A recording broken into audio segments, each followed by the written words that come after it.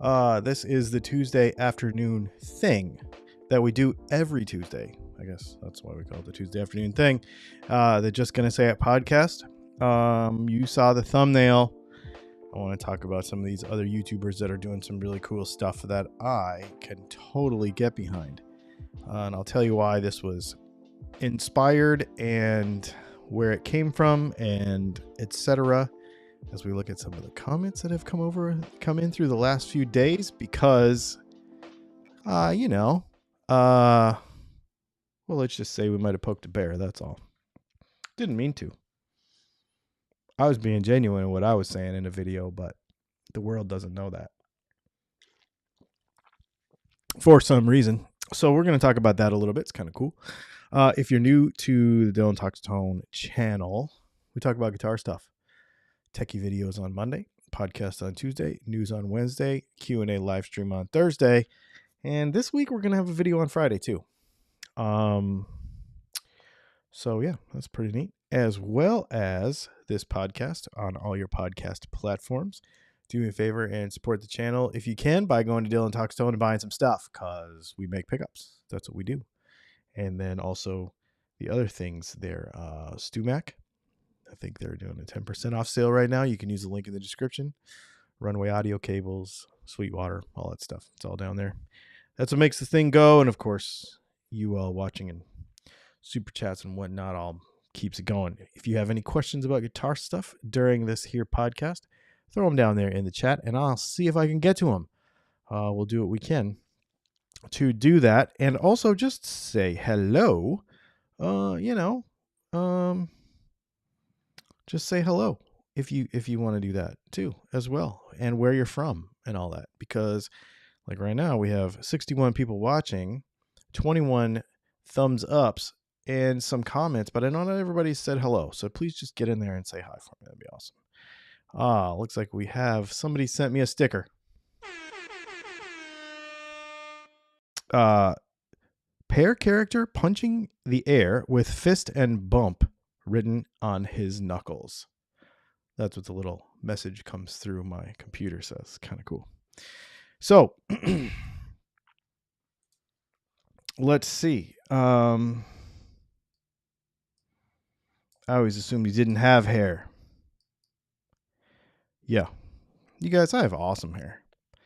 That's what we're going to talk about today, actually.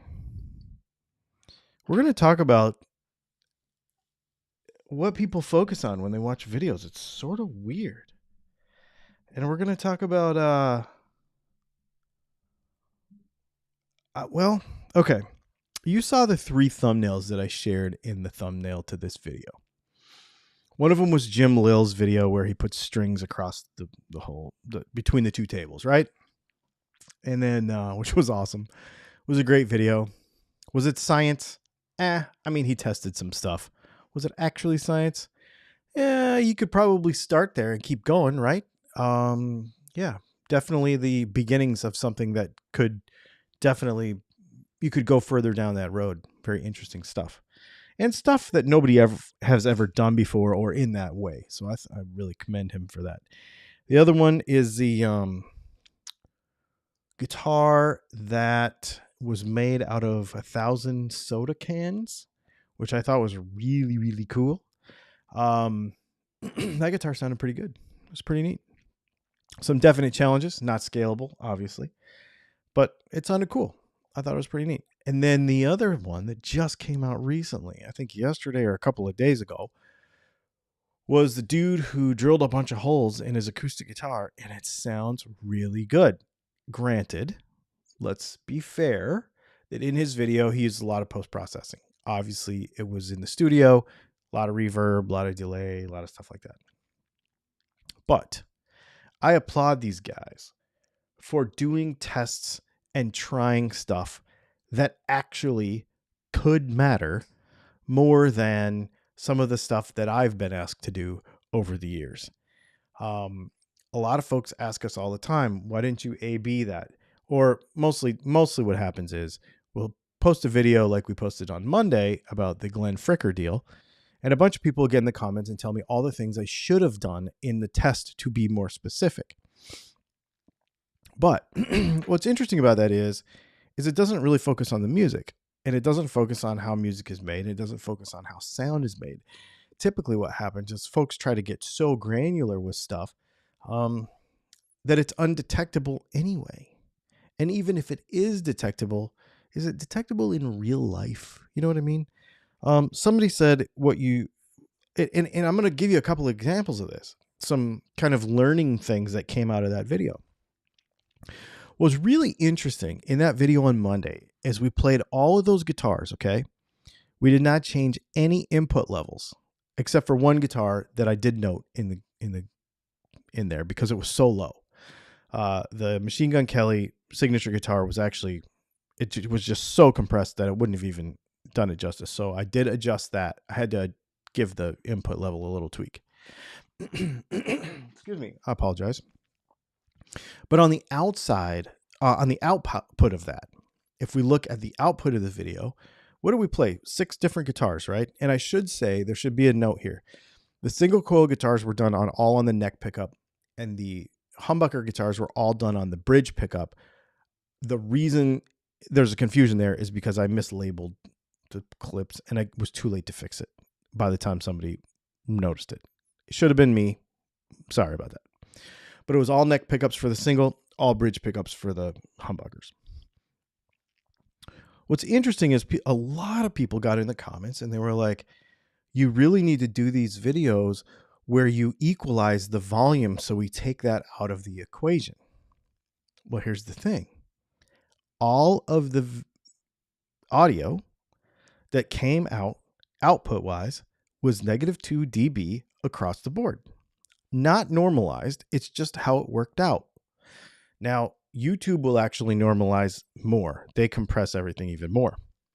So if you could hear a difference in volume, that was not volume, that was frequency, which was one of the points of the entire video, was that it's not just about how hot a pickup is, it's about the frequencies that it's making and how it's interacting with the amp, which is really interesting to me, that many people mistook a lack of mid-range or more mid-range as being louder or quieter and not a different frequency, which was the whole point.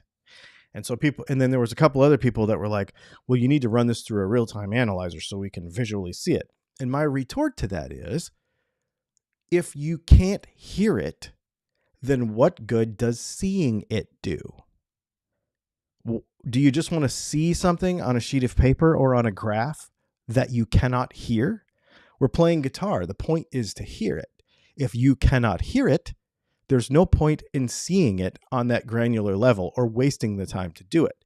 These are the kind of tests that are sort of a waste of time. When you have to get so granular to try to find a difference.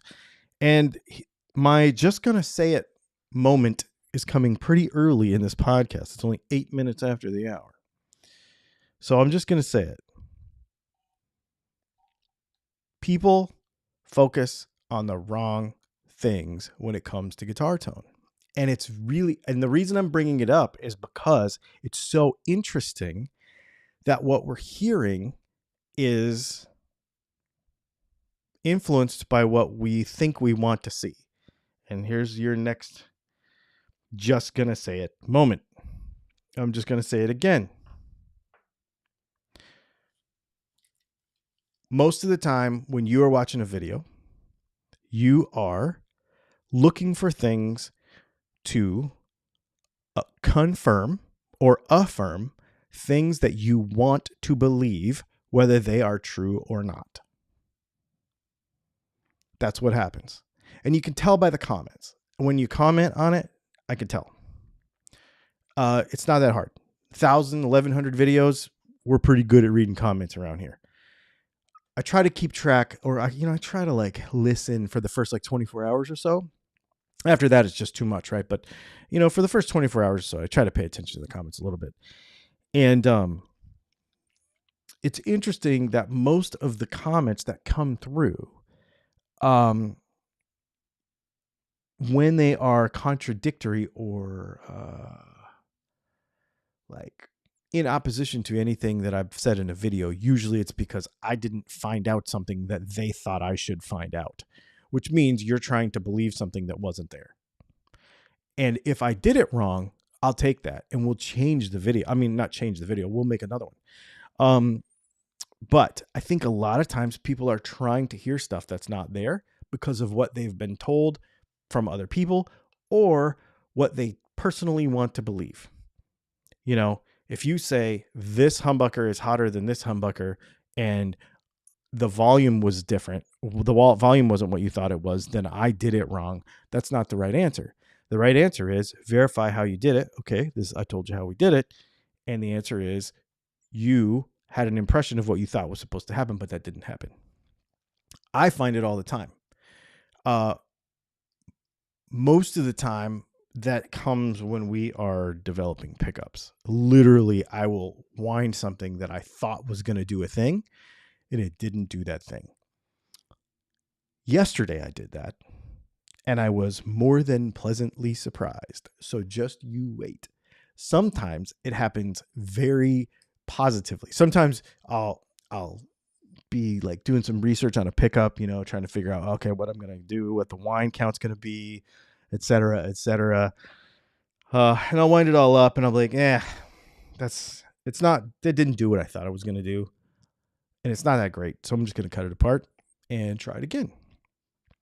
Sometimes, like yesterday, because I was in here till like 10 o'clock last night playing because I was so pleasantly surprised by what I thought was going to be a mistake. And it turned into be an incredible thing. So there's going to be a video coming out about that soon. And I'm really excited about it because it is a new P90 and it is phenomenally good.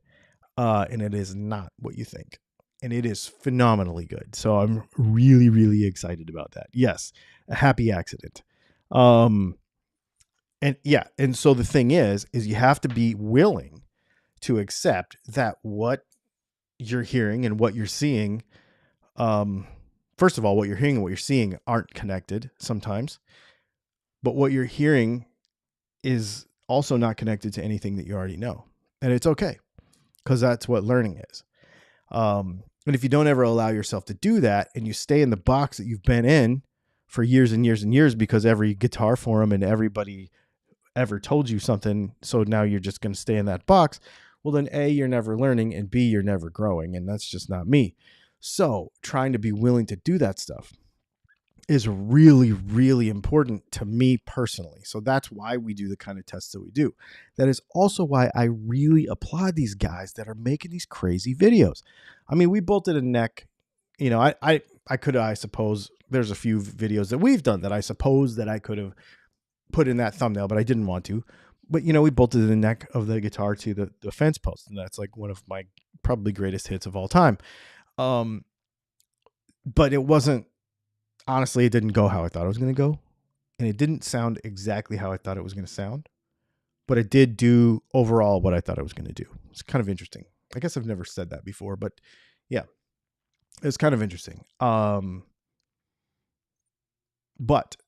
the metal guitar, the pencil guitar, the ramen guitar, the concrete guitar, the cardboard guitar, you know, what's some of that other stuff? The drilling the holes in the acoustic guitar, the filling the acoustic with water, all those things. We tried to play an acoustic guitar underwater one time. Those to me are far more useful explorations of this entire subject than, hey, do these things that look almost exactly the same and feel exactly the same, but one's $10 more, like, does it make a difference?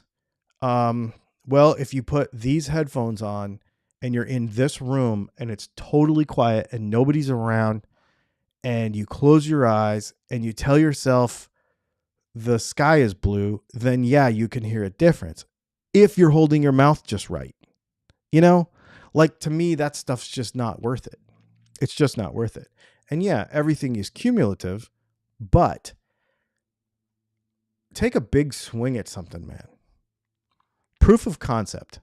That's what I do. And I'm not saying everybody has to do it the way I do it. I know I'm a little crazy on this. You take a big swing at something, proof of concept, blow it up, do it again. Does it work? Yeah, it worked. But here's what happens.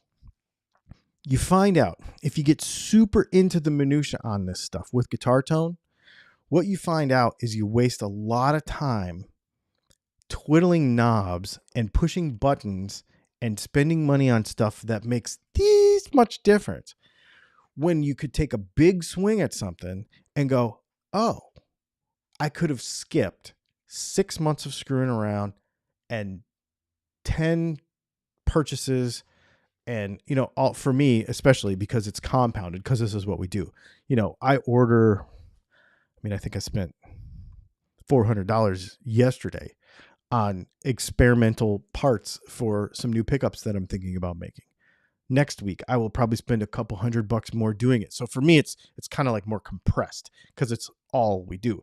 Right now, I'll tell you, I'm trying to spend about 1 day a week just experimenting. It doesn't turn into a full day. Usually it's if we wind something, I put it like on the end of the day for the production run, so it takes extra few minutes to wind it. And then maybe, the next evening I'll throw it in a guitar and play with it for a few hours. You know what I mean? So it's not actually a full day, but I'm trying to make sure that we dedicate some time every week to experimenting. And I would tell you that I think that's something that you should do too, but we'll talk about why and how in a minute because we got a super chat. So what I'm hearing is shut up and play your guitar. That's exactly what I'm telling you, Brian Duncan. Exactly. Because I think it's just more constructive. And also, it's more constructive for the community. If people are constantly just like, no, that's wrong, this is the way I should do it, that's not constructive. It's not creative. It doesn't feed the creative outlet for anybody. But if you just sit around and you try stuff and you be like, hey guys, I tried a thing that I didn't think was going to work and it worked. I played this pickup into this amp with this overdrive pedal and I thought it was going to sound like crap, but guess what? It doesn't. It sounds pretty cool. Does it sound exactly like this other thing that you all are trying to be like? No, but I found a new sound that I think I could use on a solo for a song. Or I found a new noise that I could make because I tweaked the delay knob the wrong way by accident. Or all those things. I think that is so fun. And that's what I love about these other videos. Because they're so, who cares? Like those guys don't care. They have transcended the tonewood debate, the nitrocellulose debate, it doesn't matter. They've transcended it all and just done something extremely cool. And they're going to get just as many views and just as many hate comments because somebody drilled a hole in their guitar, but it's real exploration and it's real fun. Now, can we all buy a guitar and drill a hole in it? No. I mean, I probably can. I won't. It's already been done. I've thought about doing it. He beat me to it, I guess. So am I going to do that? Yeah, I mean, I probably could. I could probably take some Patreon money and buy a guitar and drill a hole in it for some views. But so I don't do it exactly the same way. But what I will do is I'll put a pickup in a guitar that's not supposed to go in there and find out what happens, or put a pickup in backwards or upside down or do something crazy. I mean, those are the things that are kind of fun. Jim Woodard, thank you so much. This is why my gigs are a Les Paul and backup, Kemper, and a lot of practice. No one hears those subtle differences, and every room will be different. I'd rather concentrate on the performance. Yeah.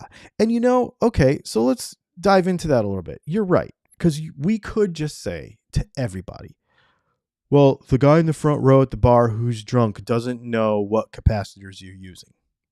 Okay, that's true. And I have guitars for that.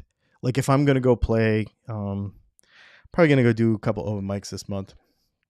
And I'm just going to grab this guitar and this guitar because nobody cares. Or this guitar and this amp, whatever, nobody cares. I'm just going to turn it on and I'm going to play it and nobody cares, right? And it's going to sound good to me because they're mine and I've had them for a while, but I'm not going to go out of my way to just like be, oh, this is the ultimate, I'm the ultimate king of tone here, because I'm going to some random open mic night on a Thursday. It's going to sound good and feel good to me. It's going to be fine, but I'm not going out of my way. Where I think we can get super nerdy, which is really, really fun, is because we're trying to create a feeling. Music is a feeling, obviously. So we're trying to create a feeling. We're trying to be like, I want to get that thing, man. I want to figure out what that thing is. It's so fun. I want to figure out what that thing is. And it's like this quest to figure out what that thing is. The problem is that there's a balance between figuring out what the thing is and forgetting what you're doing in the first place. Especially when you get to the point where you're arguing about it more than you're playing. Let's face it. I mean, it's really true. And so that's why I like this more fun content. And I really applaud these guys for doing it because like I said, they've transcended that. They're not worried about capacitors. They're not worried about the kind of paint that's on the guitar. Nobody's going to get in the comments of that dude and be like, yeah, well, that was polyurethane finish on that acoustic guitar that you drilled holes in. So, it should have been nitrocellulose and it would have been a bit different. I can guarantee you though, and I've not gone and looked in his comments. You guys should do this later. I don't have time. But I can guarantee you there is somebody in there. One, you should have given this guitar to a poor kid. Those guys are always in there, number one, or donated to a charity or whatever. No. Number one. And number two, there's probably somebody in there going, well, the problem is you would have made it sound better if you'd have drilled the hole a little bit bigger and a little over to the left because the sound waves and the blah, blah, blah. Somebody's in there doing that right now. You can guarantee it. Instead of just going, dude, that's crazy. I'm not going to drill a hole in the top of my guitar, but that's crazy. But you know what's really funny about this is somebody at some acoustic guitar place somewhere is sitting there going, I wonder if I take this wacky prototype that I have for messing around and I drill a couple of holes in it, what happens? Because that's what I do with pickups.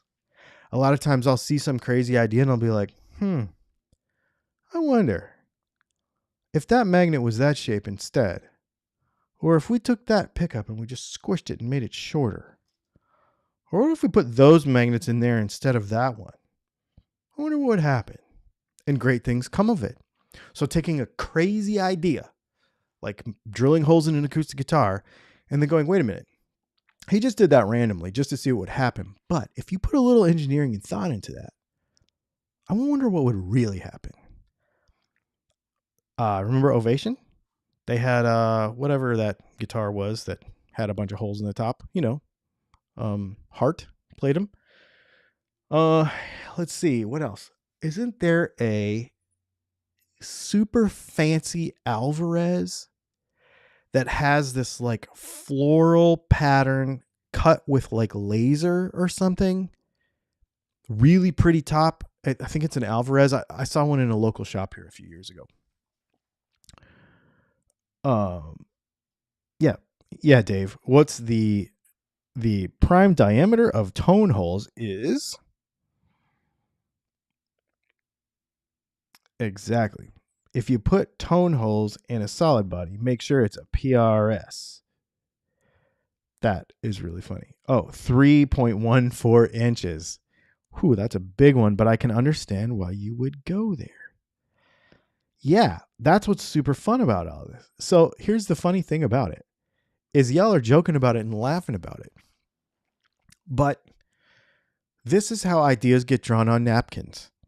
This is how some other dude, probably not me, I'm not going to copy him, but some other guy in some backyard in some garage with some iPhone is making another video right now. And it's not going to get bajillions of views because he doesn't have, or maybe it will, I don't know. But somebody somewhere is drilling holes in a guitar. But they're trying to do it better. They're trying to learn. They're trying to figure out what the science of it is. I just think it's really, really cool.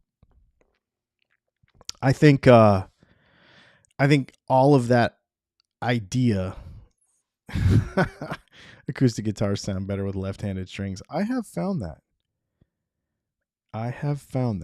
Yep. If a guitar full of holes falls in a forest and no one is there, does it still make a sound? That's a good question. I think the only, you know what it would be bad at?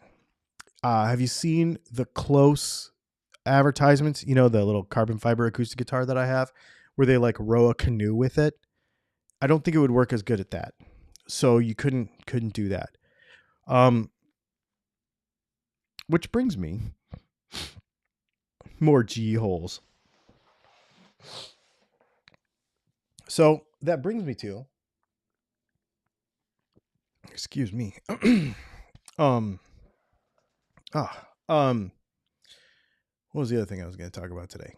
Oh yeah, the other thing that came up through the comments too, kind of related to this whole thing, was after our video about sustainability, which was really interesting. People took that all kinds of different ways, which I thought was really fascinating to me. And again, I was definitely this is, you know, people just trying to feel better about what they were doing, feeling attacked, all these various things. A lot of commendation to it. Like a lot of people were like, "Hey, thanks. I never thought about that before." Oh, I learned a bunch of stuff I never knew before. You know, so I appreciate all y'all. I appreciate everybody, even the folks that were really negative about it. I will say, I didn't mean anything ill towards anybody by it. I did say that you could buy whatever you wanted, and I was not trying to inform your purchases or change anybody's minds. I did say that a couple of times, even though some folks were not paying attention apparently and didn't hear that. But that was a really interesting exchange. And one of the things that came from it was, well, you play carbon fiber guitars and those are less sustainable because they're not recyclable. And I was like, okay, that's an interesting point. So let's dive into it a little bit more. I want to be, you know, I want to be fair to that argument, because he was saying that carbon fiber wasn't recyclable, etc. My two things to that is, there's one is carbon fiber is recyclable. There's actually about a half a dozen products you can recycle carbon fiber into. I actually have some knife handles that are shredded and recycled carbon fiber on some. At least one of my 2 or 3 of my knives actually have shredded carbon fiber that has been recycled.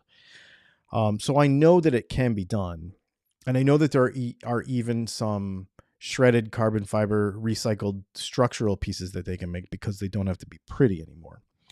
They can remake them. So I know it's a recyclable thing. The other thing is, do guitars, and I guess I could just ask you in the comments, do guitars, see, yes, why would you recycle something that never breaks? Do guitars need to be recycled? Have you ever heard of anyone using up a guitar and then being like, should I recycle this or just throw it in the trash? I feel like, I mean, I'm sure guitars end up in the trash. I'm sure they do.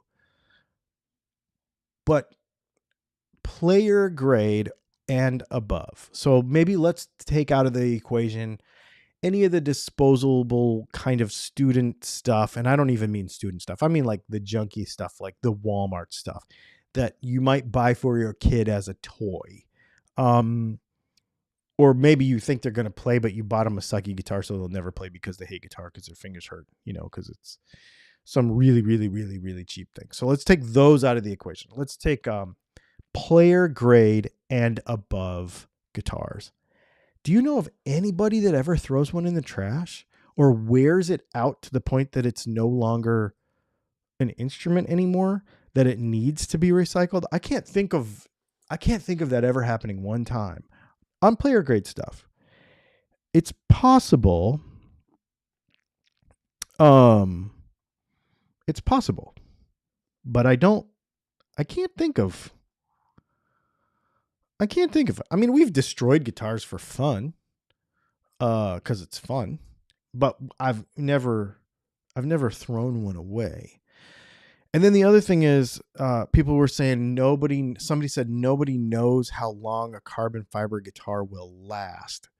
So is it sustainable? Because nobody knows with 200 pounds of pressure on the neck how long that will last. Well, here's the interesting thing about that is, yes, we do.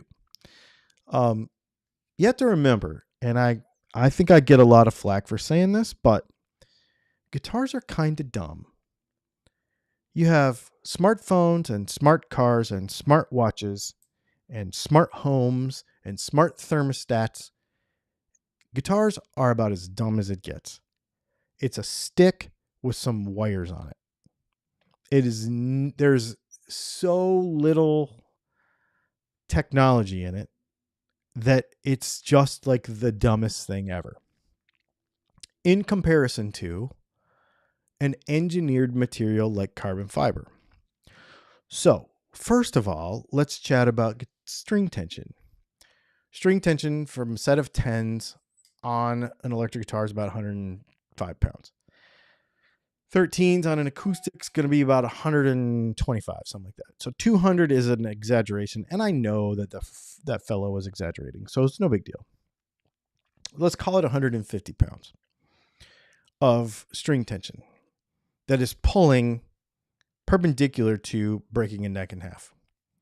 The bottom line is this: if the material doesn't bend now, it will never bend because of the way carbon fiber is structured. And if you know things about carbon fiber, which I don't know everything about it, but I have done a lot of research through bicycles and race cars and all kinds of other stuff.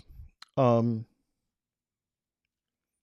much as people don't want to believe it, again, because of tradition, my McPherson acoustic carbon fiber guitar does not have a truss rod and does not need one because it will never move. It does not move. It has 13 to 56s on it. I've never let any tension off of it. I've left it in the car. I've traveled with it in the van, in the motorhome, in the house, hot car, cold car. The thing has never moved. Not one time. Not one time ever. And you can adjust the string height and the playability of it by the saddles. Mine came with 2. I think they only come with 1 these days, but they have replacement ones, so you can go. And this is not like a sales thing for McPherson, except that the engineering that has gone into that instrument, all those things are already thought of. And there's no reason to question a very easily engineered thing like a carbon fiber neck. You don't have to question it. It's not that hard. And what's interesting is carbon fiber, for example, and other synthetic materials, their progress in the material sciences is so far beyond what we need to know for guitars. So far beyond it. In so many other industries that applying the material sciences of carbon fiber, for example, to a guitar is kind of going backwards and sort of stupid. It's like easy stuff. The difficulty with it is making it marketable because guitar players don't want to accept that fact.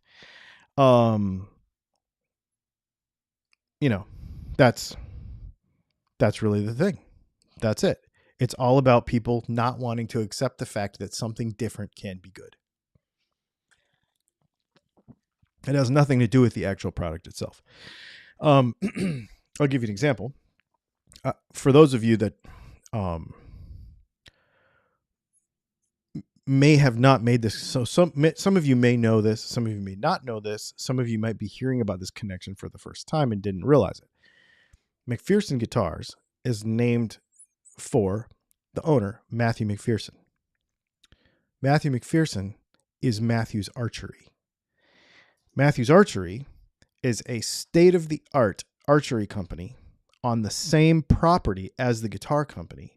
And the guitar company is actually like 2 little buildings in comparison to the humongous thing that is Matthew's Archery. And I don't know what you know. I don't know tons about this except for what I've talked to them about. But there's a lot of engineering and a lot of science that goes into a high-tech bow. And it has to do with stopping vibration, being quiet, and I guess the easiest way to say would be like the ability for the material to like return to shape after moving, kind of. There's all kinds of things with it. Vibrations and resonance, actual resonance, not fake guitar resonance, but actual resonance. And all, all that kind of stuff that goes into that. And so basically all Matt McPherson did was say, okay, well, if I can stop things from vibrating in carbon fiber, I can do everything backwards and make it vibrate properly. And so that's what he is on a quest to do. And he's ahead of everybody because he's taking his knowledge from science and engineering and material sciences in another industry altogether that has far surpassed guitars and bringing it back down to guitars. And I think more people, as long as more people will be willing to do that, I think it will continue to catch on. And that's with everything. That's with modeling amps. Pretty soon, the smartest, I mean, there already probably are. I don't know. I don't know any of the engineers that work at any of these companies like Quad Cortex or any of that stuff. But there's always a smarter computer guy than the one that you have. And it will continue. There will be some computer genius that will be like, oh, I just unlocked the next level of making this good. It will just continue to happen. And it all starts with a guy drilling a hole in his acoustic guitar because this guy has a crazy idea that's just proof of concept. I wonder what would happen if. Then it inspires somebody else to take a closer look. It inspires the next person to really put some thought into it. Boom, next thing you know, they're engineering the next best guitar and it's got a bunch of holes in it. Or whatever application to the thing that we have in our guitar world. As long as we're willing to go there.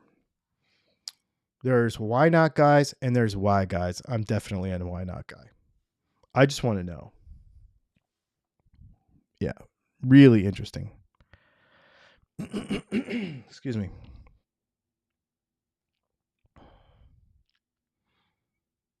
Really interesting stuff.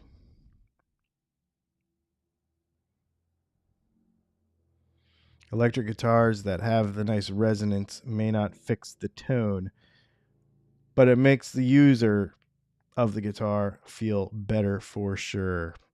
Yeah, honestly, that's kind of my take on the whole tonewood thing is because that's so misunderstood. The reason a Les Paul has good sustain is because it doesn't move.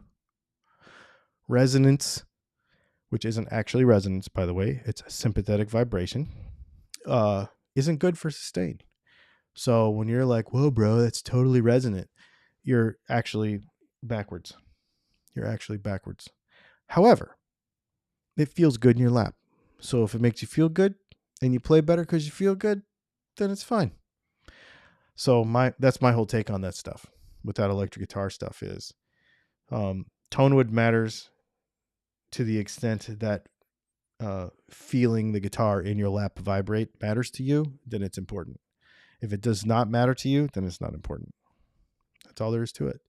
It's pretty easy, actually. Oh, that's how I feel about it. I don't care. The guitar can be really, really vibraty and, have all those sympathetic vibrations. And as long as the rest of the guitar is really good and mechanically it does what it's supposed to do, then I think I'm okay with it. And if the guitar sounds good, it is good. I think a lot of people think that this guitar does not have this particular quality, therefore it cannot be good. And that's just not true. This is some of its parts, right? So if it's got some other thing that makes up for that thing, or if it's got some other thing that contributes to that thing that you think is missing in a different way, and you're open enough to look at it, chances are it's a good guitar. Bad guitars are only when something's not really working right. If you got a you're losing energy through a vibrating nut, or you've got high frets, so your fretwork is bad, or your neck's not straight, or your pickups are really bad and they're not giving you the potential of what that string is doing. Not giving you a proper picture of what the string is doing. So the string, and to me, the fundamentals of an electric guitar is when you pick the string, you want the string to do what you told it to do with your hand. If the string doesn't do what you told it to do, because there is a nut buzz or a bridge buzz or a screw that's loose that's robbing energy from it. Now, this is all okay. Not to get completely off the rails here, but I'm just going to tell you a story. I read a book. This was back when I was designing dirt bike parts, and we were doing cylinder head stuff, and we were setting world records at Bonneville. We were really good at what we were doing, and I was learning from somebody that was way smarter than me. And he gave me this book. It was like this thick.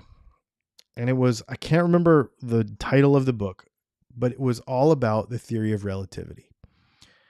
And I really dove into the theory of relativity, and I realized that when you're trying to make something better, that it's already as good as it's going to be, except for the things that are robbing it of that.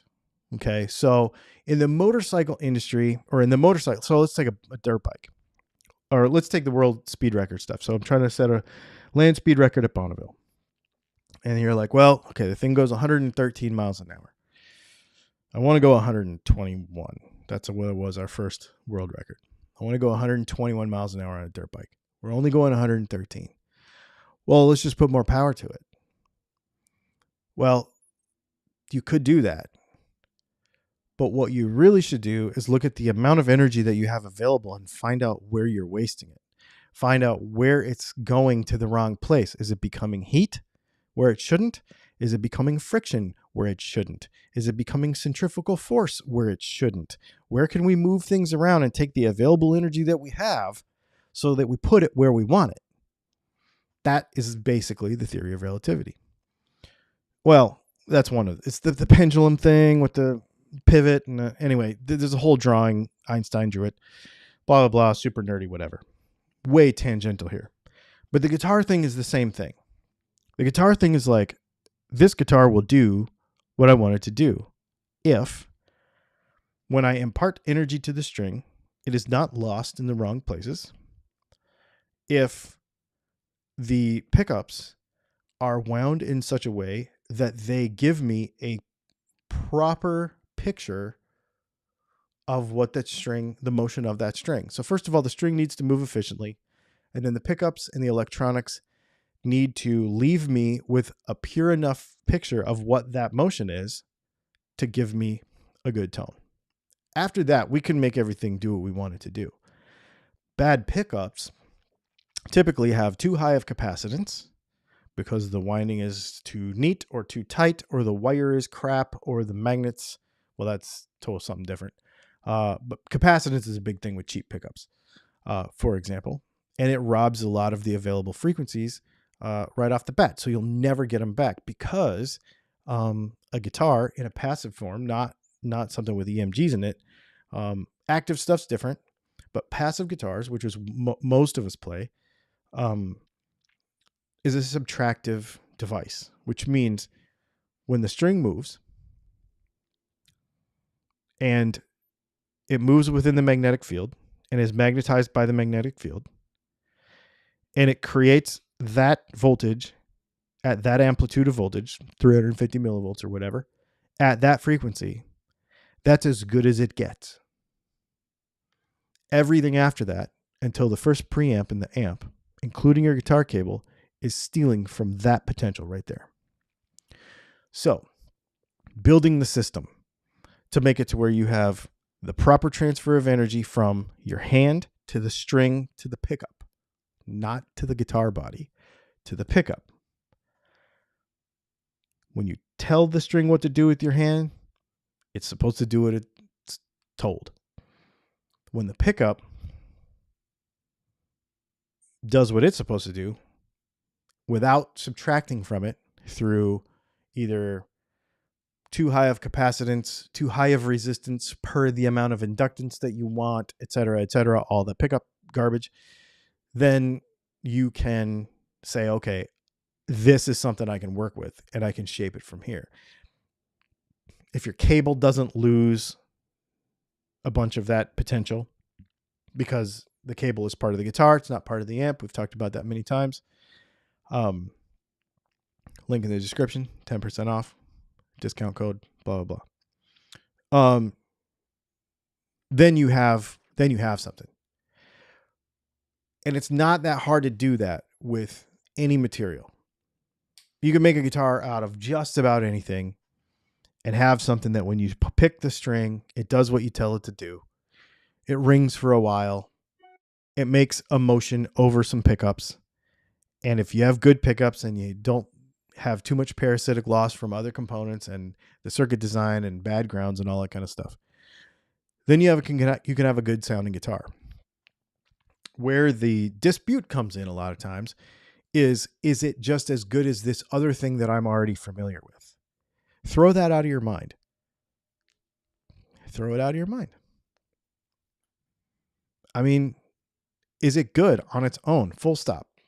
Is it good on its own? Does it sound good? Yes.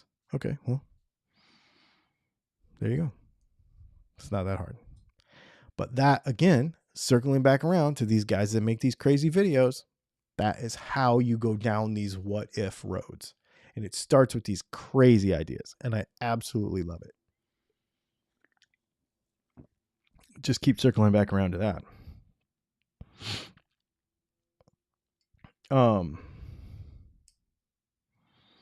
Which pickups exert the least magnetic influence on a string's vibration? This is a loaded question, but the easy answer is this. Any conventionally designed pickup. So there could be some like neodymium stuff and some crazy designs, but any conventionally designed pickup. I've got Strat pickups over here, Tele pickups over here, humbuckers, whatever. Any of those that are properly adjusted, usually about 150 thousandths or 3 to 5 millimeters of an inch away from the string, will give you no discernible string pull. And that is science. You have been led to believe wrong, but that is science. It's this whole thing called the magnetic dipole moment, the diameter of the magnet, the mass of the object in the magnetic field per the distance away, exponential, blah, blah. There's a whole bunch of math that goes into it. I can show you in one of my videos. I've done a couple videos about this and I've showed you the formula, but it is that basically what it is if the mass of the string is 10 thousandths for a 10, and it is above a magnet that is 187 thousandths wide or 195 thousandths wide, and the Gauss of the magnet is X, then for every teeny weeny little bit that you move it away from the pickup, it just falls off exponentially. And by the time you get to 3 to 5 millimeters, it's no measurable difference. People will fight me to the death on that, but that's a hill I'm going to die on because the math doesn't lie. It's 1 + 1 is 2. Only there's like a bunch of other calculus there that I cannot do in my head or like recite to you because I'm not a calculus freak. It's one of those things where I have to like sit down and like, okay, this is this variable. This is this. I literally have to write it all out because I'm so far removed from schooling. But the bottom line is 3 to 5 millimeters, don't worry about it. And if some old dude wants to think that you're wrong, just let him think you're wrong and play your guitar with 2 pickups in it and have just as much as sustain as his 1 pickup guitar because blah, blah, blah, blah, blah. Just play your guitar. You're going to sound just as good as him anyway.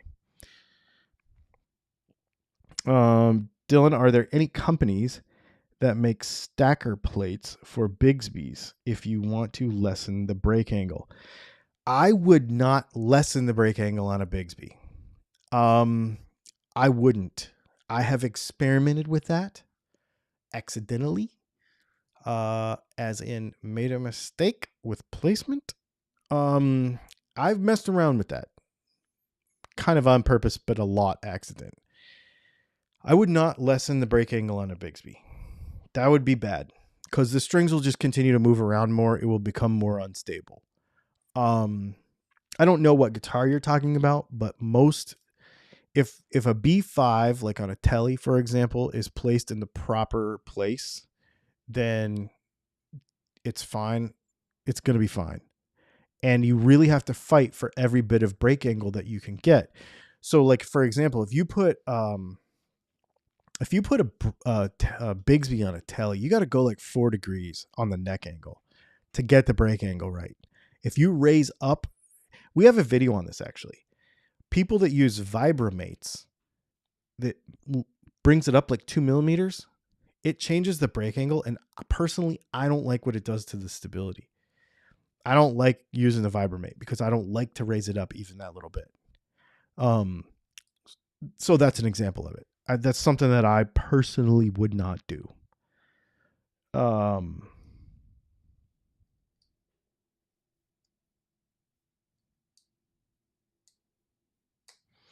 It's the discernible part which is the important factor. A magnet will always exert a force on a nearby ferrous object. Yeah, the problem is that when it's not measurable, it's not measurable. This goes again to when we put it on a scope, just because you can see it doesn't mean you can hear it. And at some point you have to draw a line somewhere, because that's what happens. It's basically what will happen is some ding dong will come out with some video and it'll be like, probably me, and it'll be like, oh, look, you can see the motion of the magnetic field, even though, and so that means it's pulling and you can see it on an oscilloscope. And somebody's going to be, yep, told you. I knew I could hear my neck pickup in my blah, blah, blah guitar. And it's just, it goes back again to what you see versus what you can actually hear. So it's an interesting thing.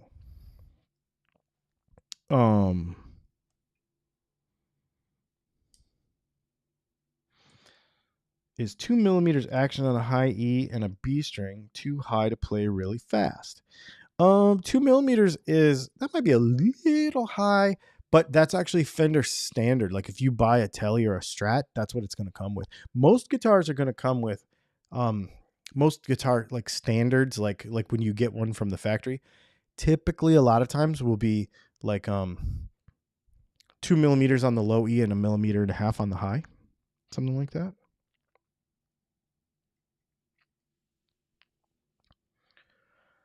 Yep.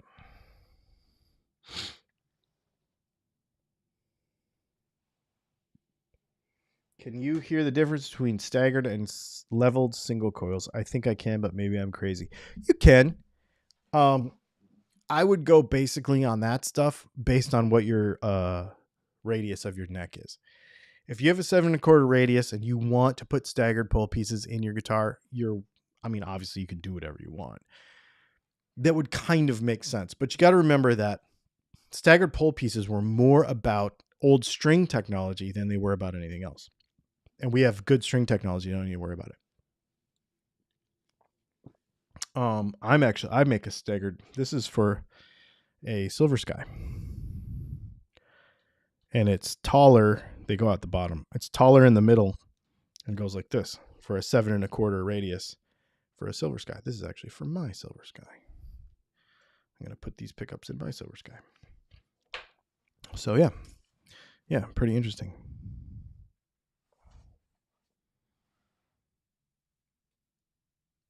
Can we get a react video with the new Little Yachty album? Here's the thing about that. If you're coming to me to make fun of hip hop or electronic music of any kind, or pop music of any kind, you're not going to get that out of me because I like all of it. So I can't have any respect for you anymore because you like rap music. I get a lot of that too. I go, whatever. I don't care.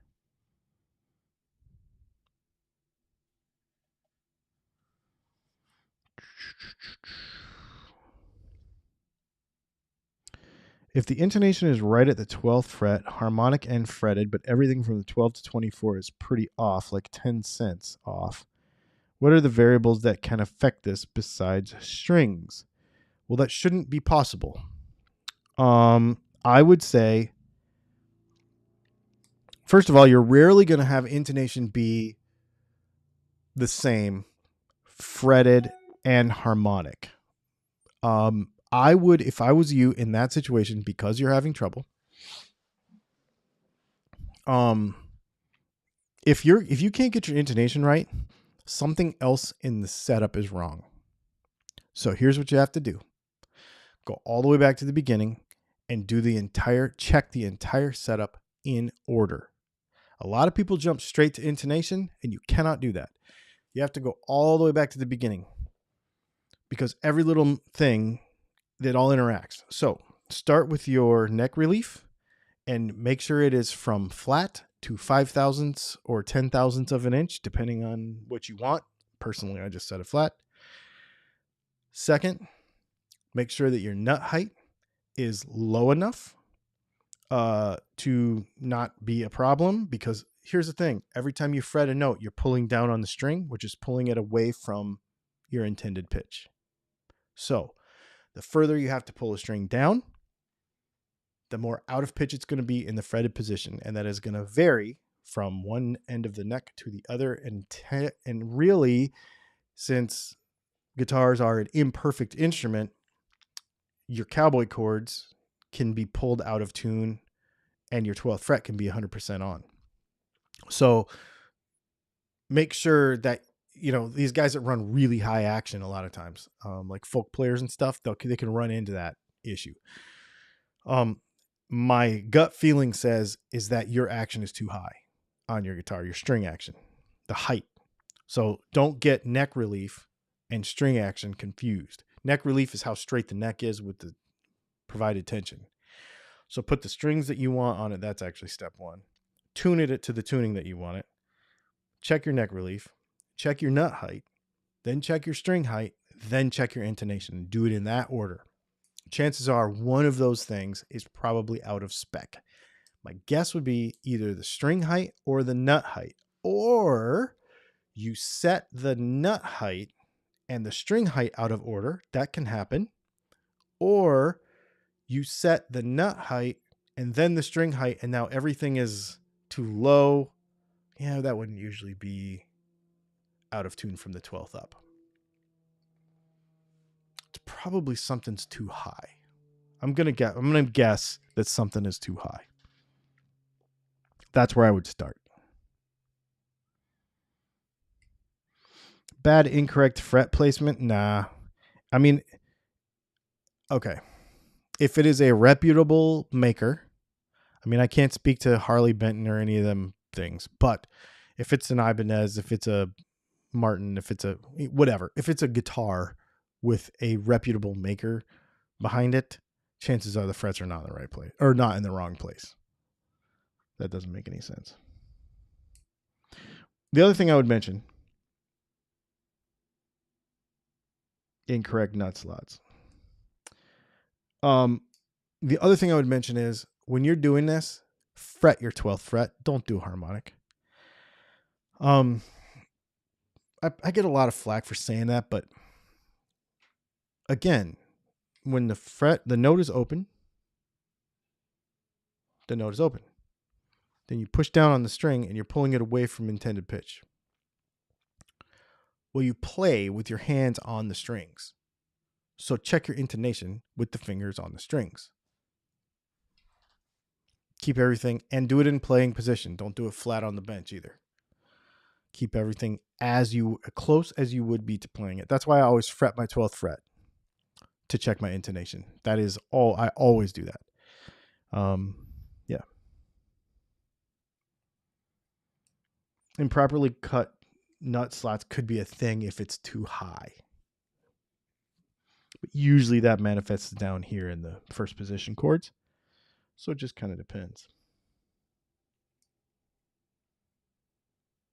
So, things like that.